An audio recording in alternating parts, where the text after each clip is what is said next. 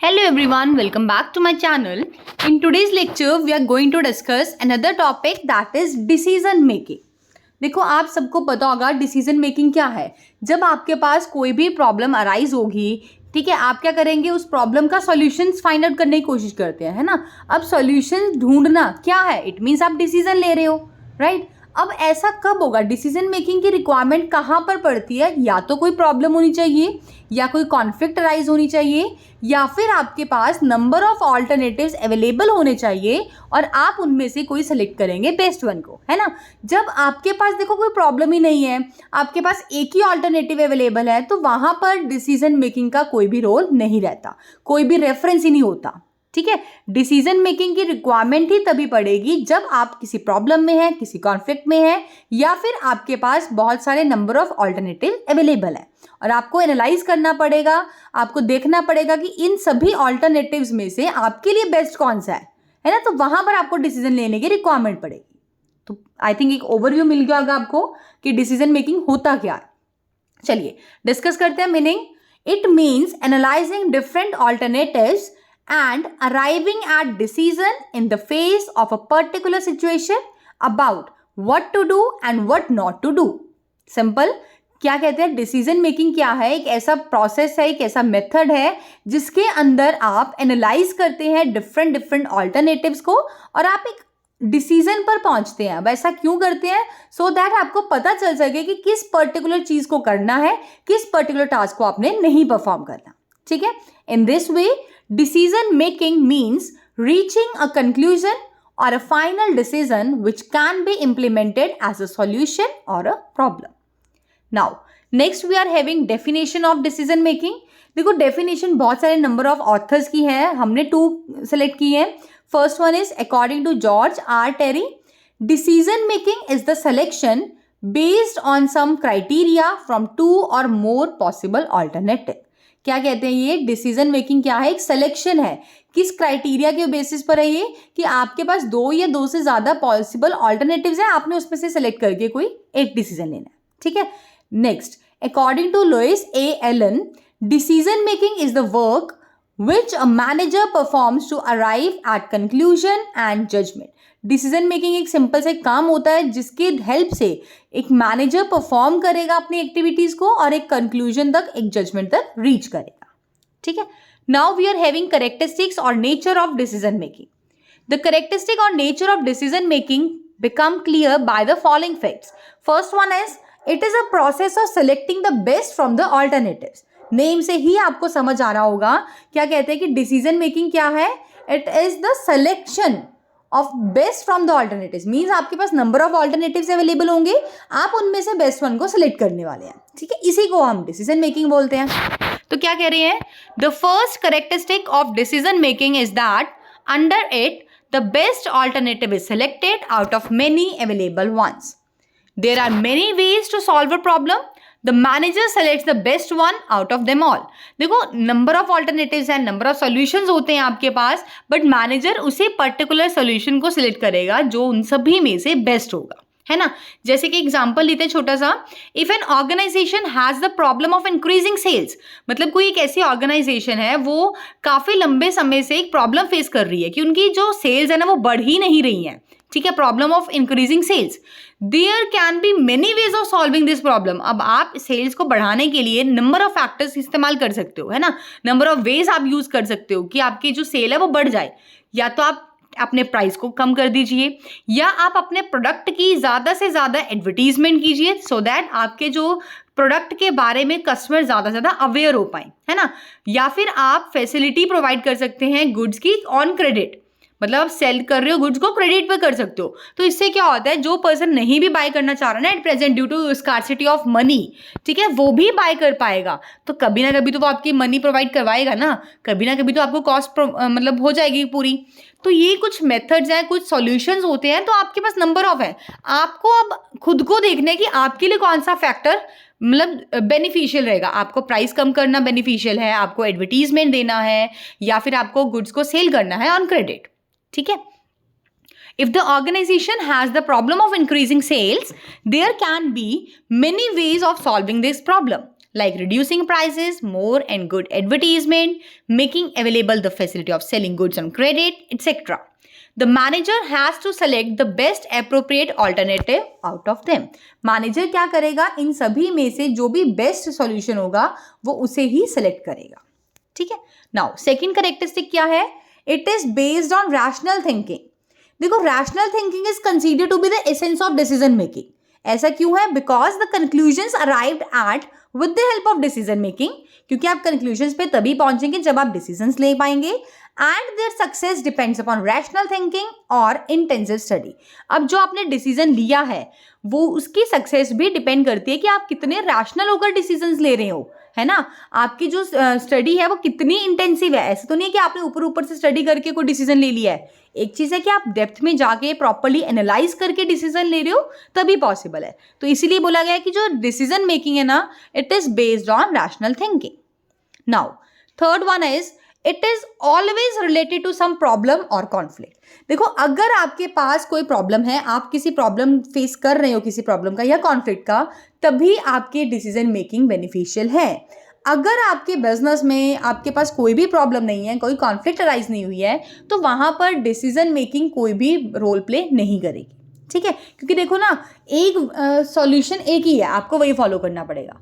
Decisions तो तब लेने पड़ेंगे ना कि एक प्रॉब्लम का सॉल्यूशन बहुत सारे हैं, तो आप देखोगे कि हमें किस वे में जाना है. ठीक है. Since the purpose of decision making is to find out solution to problems और conflicts. In other words, if there are no problems और conflicts, decision making and manager will both come to lose their importance. तो अगर ऐसा नहीं होगा, problem नहीं है, कोई कॉन्फ्लिक्ट नहीं है, तो कहीं ना कहीं डिसीजन मेकिंग और जो मैनेजर है, अब मैनेजर क्यों बोला? क्योंकि मैनेजर ने डिसीजन लेने हैं, तो दोनों की जो कहीं ना कहीं इंपॉर्टेंस है वो खो बैठते हैं. In this context it is said that problems are the diet और food upon which a manager lives और prospers. Now, fourth one is it involves the evaluation of various available alternatives. क्या कहते हैं? It is the evident that in case there is only one solution to a problem, decision making is not needed. अगर आपके पास किसी भी problem का एक ही solution है तो वहां पर डिसीजन मेकिंग काम नहीं आती. ठीक है. There should be many alternatives for taking a decision. When there will be many alternatives, they will be evaluated through the medium of decision making. जब आपके पास नंबर ऑफ ऑल्टरनेटिव्स अवेलेबल होते हैं, आप क्या करेंगे? आप उन्हें इवेल्युएट करेंगे, उनकी मैरिट्स को, उनके डीमेरिट्स को स्टडी करेंगे, देन आप एक डिसीजन लेंगे कि हमें कौन से पर्टिकुलर ऑल्टरनेटिव को सिलेक्ट करना है. ठीक है. इन other words, the best alternative will be chosen after taking into consideration its merits and demerits. Now, fifth one is it is aimed at achieving organizational goals. देखो, जो डिसीजन मेकिंग है ना, वो फ्यूटाइल एक्सरसाइज नहीं है. मतलब कोई useless exercise नहीं है. इसके पीछे बहुत ही ज़्यादा आपको सक्सेस मिलती है. ठीक है.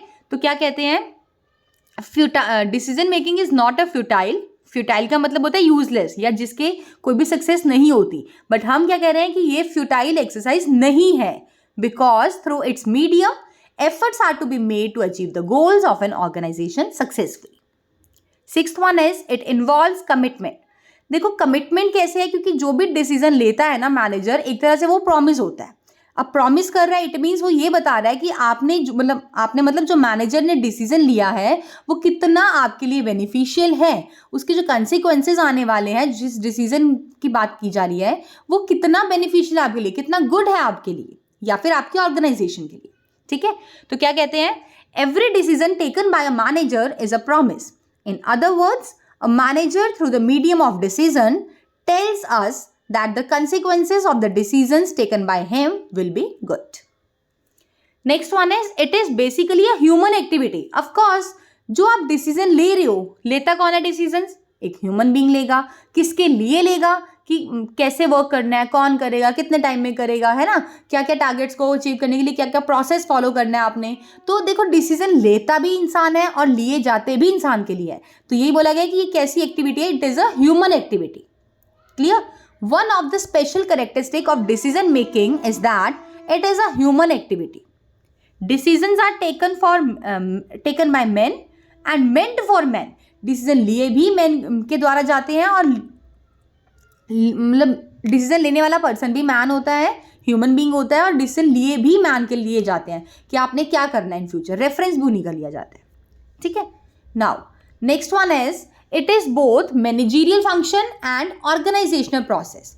अब देखो मैनेजरियल फंक्शन क्यों कहा गया है, क्योंकि जो मैनेजर्स होते हैं उनका भी मेन जो रिस्पॉन्सिबिलिटी मानी गई है वो क्या होती है कि उन्हें डिसीजंस लेने होते हैं, है ना, और decision making of course decision ही ले रहे हो आप, तो क्या कह रहे हैं, it is a managerial function because decision making is the chief responsibility of all the managers.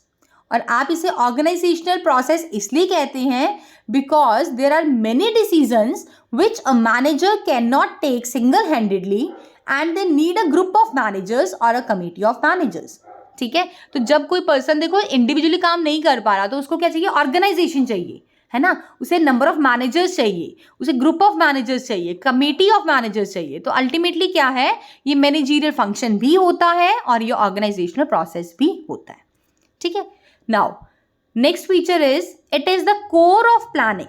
देखो जनरली क्या बोला, देखो नॉर्मली तो डिसीजन मेकिंग हर एक फंक्शन में रिक्वायर्ड है ना, मैनेजरियल जितने भी फंक्शंस आपके 5 मेन फंक्शंस होते हैं सब में ही आपको डिसीजन मेकिंग की नीड मतलब फील होगी, बट जो प्लानिंग है ना वो कंप्लीटली डिपेंडेंट होती है डिसीजन मेकिंग के ऊपर बिकॉज ऑल द चीफ और major decisions are taken here.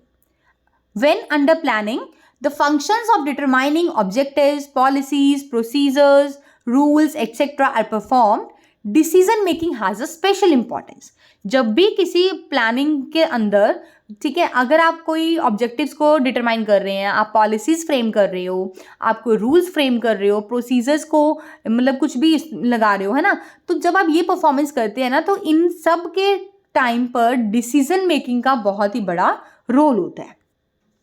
कैसे, देखो अगर आपने ऑब्जेक्टिव सेट करने हैं, आपके पास तो नंबर ऑफ ऑब्जेक्टिव्स अवेलेबल हैं, बट आपने जो कौन सा ऑब्जेक्टिव बनाया अपने फर्म का, रूल्स हैं, अब रूल्स और नंबर ऑफ रूल्स होते हैं, बट आप अपने ऑर्गेनाइजेशन में कौन सा रूल इंप्लीमेंट कर रहे हो, तो इट मीन्स आप डिसीजंस ले रहे हो ना, तो इसीलिए बोला गया है कि डिसीजन मेकिंग की बहुत ही ज्यादा इंपॉर्टेंस होती है। Now next one is decision starts action. देखो जब आप डिसीजन लेंगे ना तो आपका एक्शन लिया जाएगा, जब तक आप किसी भी चीज़ का डिसीजन नहीं लेंगे आप एक्शन नहीं कर सकते। जैसे कि सपोज आप ये कह रहे हैं, आपने प्लानिंग तो कर ली है कि मुझे नेक्स्ट अपकमिंग सेमेस्टर में इतने परसेंटेज चाहिए या इतना CGPA चाहिए, बट जब तक आप उस प्लानिंग को मतलब इम्प्लीमेंट करने के लिए कुछ डिसीजंस नहीं लोगे, है ना, डिसीजन नहीं लोगे, इट मीन्स आप कुछ भी टाइम टेबल नहीं बना रहे हो, अपना सेटिंग प्लान नहीं बना रहे हो, तो आप एक्शन भी नहीं होगा।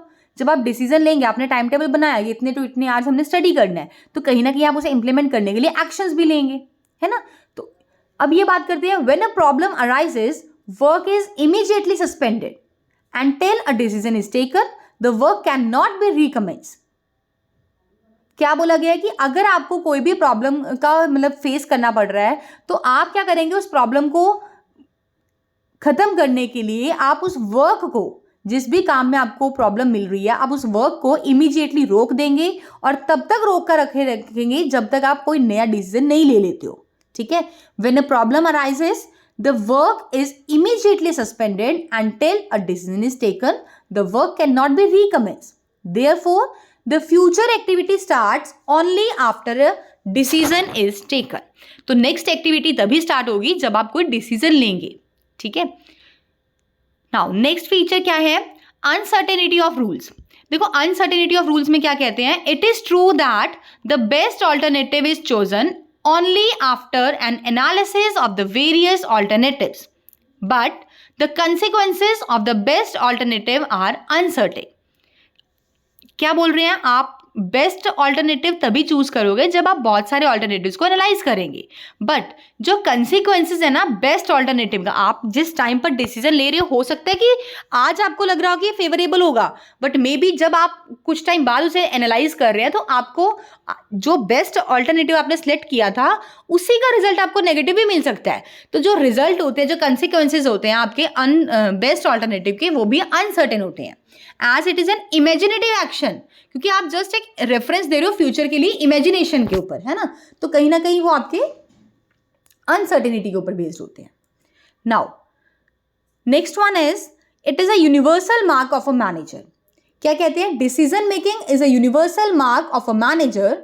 It means what ever a manager does is based on decision making and this speciality is found everywhere and in every manager. ठीक है. नाउ लास्ट फीचर क्या है, इट मे बी नेगेटिव.